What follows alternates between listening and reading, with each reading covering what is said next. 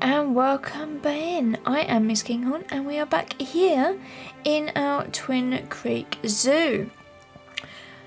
This time, if you don't already know by the thumbnail, we are working on a Common Wombat habitat. So this habitat is actually all up on that sort of top level. So if you didn't see the Platypus habitat that we did last week, that was kind of like a 50-50. They had the water section down on the sort of ground level, as it were, and then the sort of land part of their habitat up on the top here, and this is kind of following through with sort of off that habitat into here. But we're already on part 6, episode 6, part 6. I still don't know what we're going to call them, but anyway, you decide in the comments down below. Let me know which do you prefer. And we're near enough halfway. I've got a feeling like I have kind of planned maybe 10, 11 episodes. We might do a little bit of a tour at the end as well. And we'll see where we come to. But if we're already on part 6, we're doing quite well. Obviously not helped by the fact that we have animals from the Grasslands DLC, which I hadn't planned for. Thank you, Frontier, for that one. And which means that the zoo has had to increase in size, because we did just have our sort of animals from the base game, obviously the Australian pack as well, and now we have all of these. I mean, these ones are from the Twilight pack, and then we have the emu and the red-necked wallaby from the Grasslands DLC as well. They have to go in here as well, so it's growing the zoo, but hopefully we'll get it all done before they can drop another DLC on us. So yeah. But anyway, hello and welcome to all the new subscribers that have joined recently.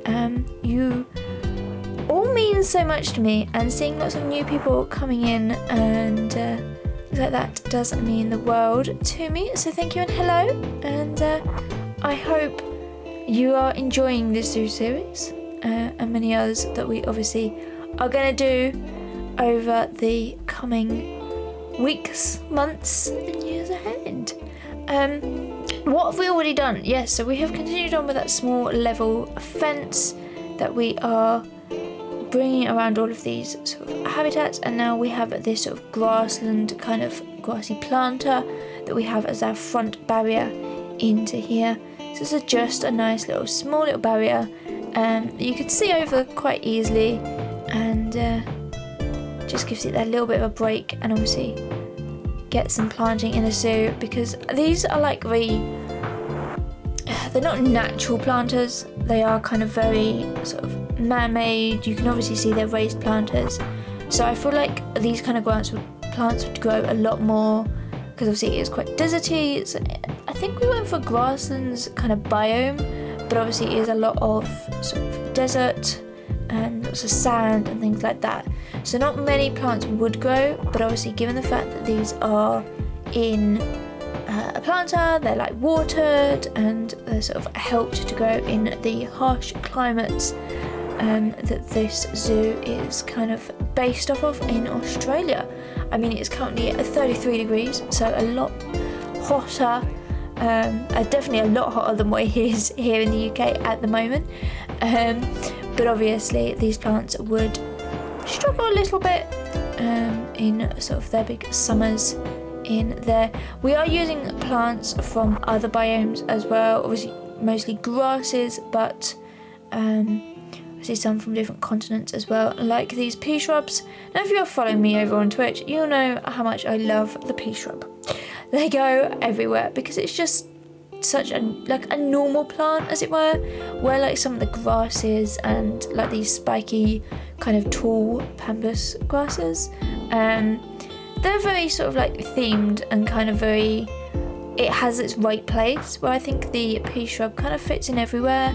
So it's definitely one that can just be placed here and there as we go in, as well as obviously these little grasses that we've got here as well. But if you didn't know, this habitat is about the Common Wombat. So here is our animal of the video facts.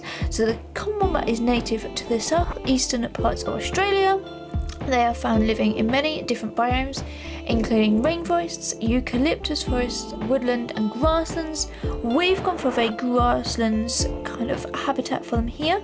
They are very territorial and solitary animals. They are listed as being of least concern by the IUCN. They have an average lifespan of 15 years in the wild, but up to 20 years in captivity, and they breed every 2 years, producing a single joey. So, we don't actually have any joeys or any babies at all when we do all the screenshots. I do have breeding on in the zoo, so maybe in the future we'll see another little baby somewhere growing and sort of running around in this habitat, but we'll have to wait and find out about that. Now, these set types.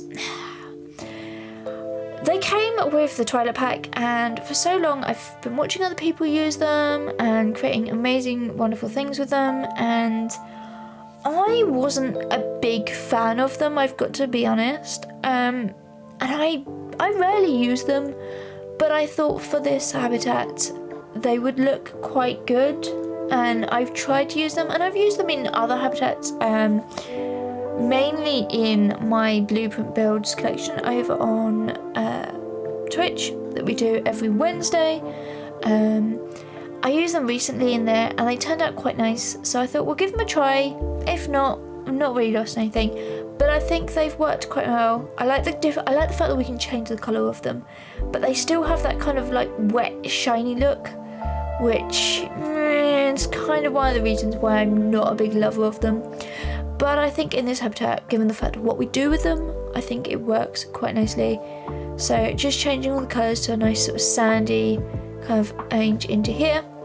So I've jumped ahead. I have put in the kind of basic terrain as to what I kind of want this to all look like. So we've kind of got like a 3-tiered kind of habitat. And this is sort of going to be little terraces, kind of little retaining walls that we get in to certain aspects of this into here.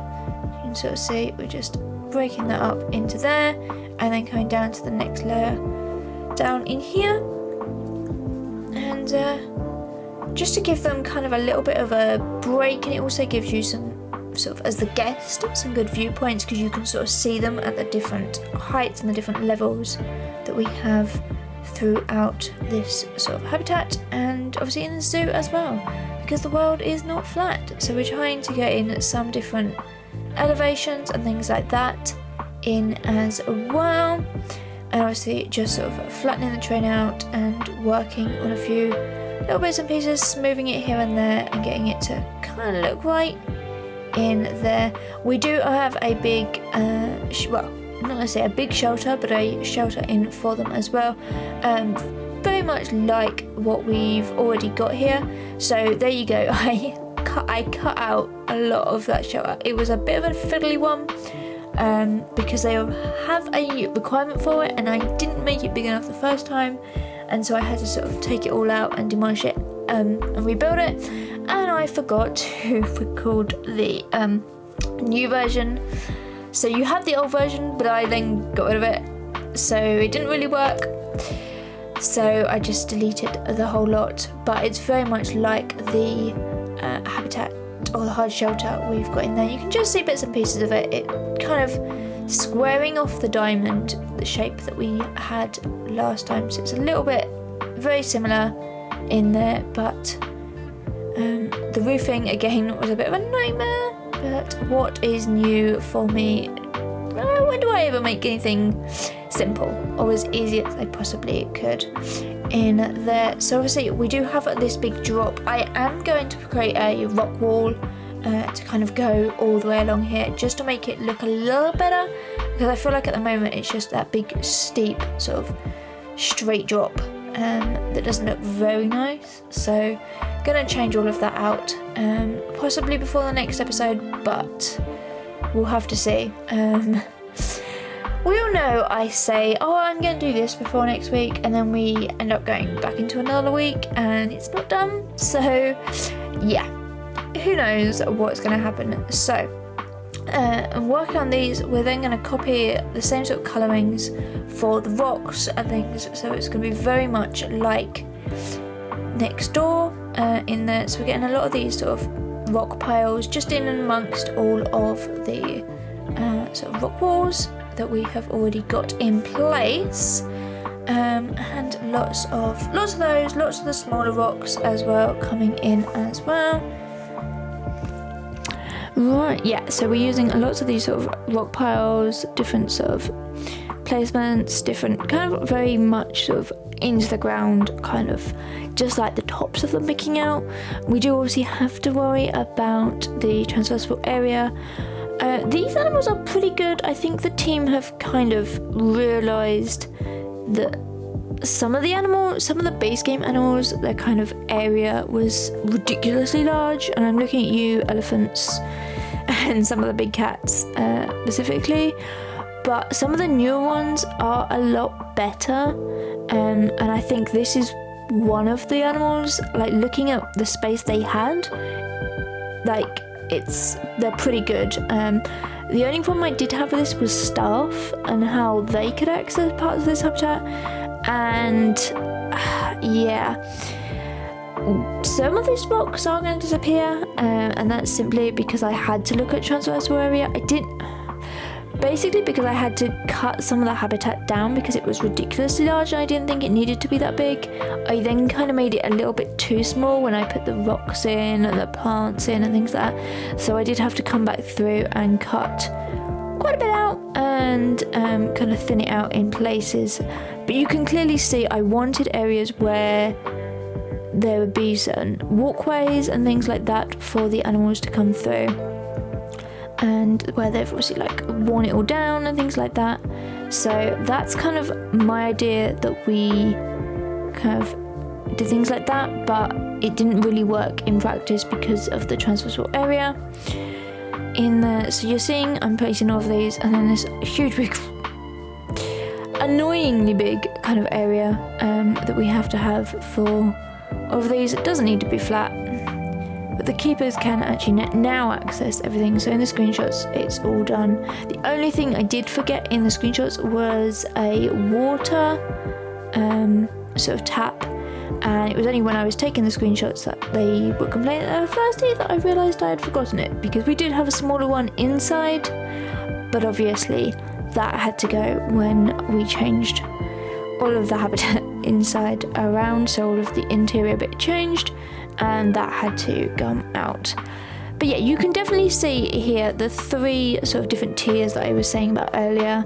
So you've got this sort of baseland here, which is very sort of grassy, coming up into the middle section, and then you've got that top bit, which is actually going to be very sort of sandy in the end, and kind of lots of soil and bits and pieces like that in as well. Some long grass coming in here and there, and all looking pretty good. Lots of sand in a few bits, and then obviously some soil just to kind of thin out some of this grass, because it is looking a little bit too green, I would have thought, to come into there as well. So yeah, some soil just coming in to that. Okay. Now we're on to the proper planting. So again, using kind of the same sort of grasses, the same kind of look and feel that we had in the other habitats in the zoo. Lots of grasses, lots of kind of those tall sort of grass, like spiky grass. I can't remember what they're actually called. We'll find out in a little while. But yeah, lots of these. I kind of go around the habitat for this one. Normally I work in little sort of patches and we kind of work in like one area, but for this I actually went around the habitat with one type of plant and then round and round. I don't necessarily know which way's better, but you know, let me know, which do you prefer? Do you want to see one particular area done and then maybe the rest of the landscape sort of planting or cut out, or do you want to see all of the planting? I don't know. I think with this one I kind of left quite a lot in because we didn't have a lot to cut. So normally I would be building, if I build a habitat, it would take probably around about 4, maybe 5 hours to do. Assuming looking back over onto the platypus habitat and sort of shop, I had about 6 hours, I think, of raw footage, and that's fine to cut it down to make it into like an hour and a half, obviously then sped up to kind of make that half an hour, sort of 20-minute video. This time I had, I think, just over 2 hours. I think it was like 2 hours 10 of raw footage, which doesn't seem a lot. Obviously that is with the second part of the sort of hard shelter part not recorded, which was a bit of a mistake on my part. And I did spend a lot of time working on the display boards. You'll see them in the screenshots. I did cut all of that out because it was really fiddly and not very sort of informative or anything like that. It was just I couldn't get my round shapes to work very well. But you'll see those in the end. They kind of come up okay, but I don't know. We've kind of used them in places, but not everywhere. But we will see. And I also don't have the billboards in, so they're currently using the in-game information panel, but obviously later on I will change them over to the billboards that we have in the rest of the habitat, which is available on my Discord. So if you are a member of my Discord, you can download those at the end of every sort of recording video. I will upload the billboards to my Discord in there, so you can get them that way as well. And so make sure to check out my Discord as well. The links are down below in the description for you as well, and obviously that's how you can find out there. And there's also going to be a couple of sneak peeks, I think, coming along, and obviously lots of other content. So there's Sims channels, there's Planet Zoo channels, there's lots of other bits as well in there. So these are the grasses I said about. There's lots of those going in, some in sort of like the light green, and then there's some that are in like a sandy kind of colour, depending on different aspects of the habitat we are working on. So just down over here is where I end up putting a water sort of tap, you know, that really horrible looking one that I don't particularly like, but it goes in everywhere because it's so much hard work to have the ones that the keepers have to refill. So I have the automatic one, works in there as well. So some more of those just coming along. This back section, I don't think anything's really over here, just a few little bits of planting here and there, just to kind of make it look like it's part of the habitat while there's nothing really going on. I feel because they are territorial animals, they would like walk the edge of their territory to sort of say like, this is mine. So trying to keep those as open as I possibly could in places, but also knowing that your guests aren't going to be able to see them, so there's no real point having them in there. And it is quite steep at the back there as well. Right then, we are coming up to the end here. So what do you all think? Let me know in the comments down below. If you have enjoyed this video, then please give it a big thumbs up and subscribe to my channel. I mentioned earlier on my Discord, which is the MKB Build Center, but you can also join me over on Twitch, which is the same as here as Miss Kinghorn Builds, or you can also join me over on Twitter, where I'm at Miss Kinghorn, and the same for Hive if you have joined over there as well.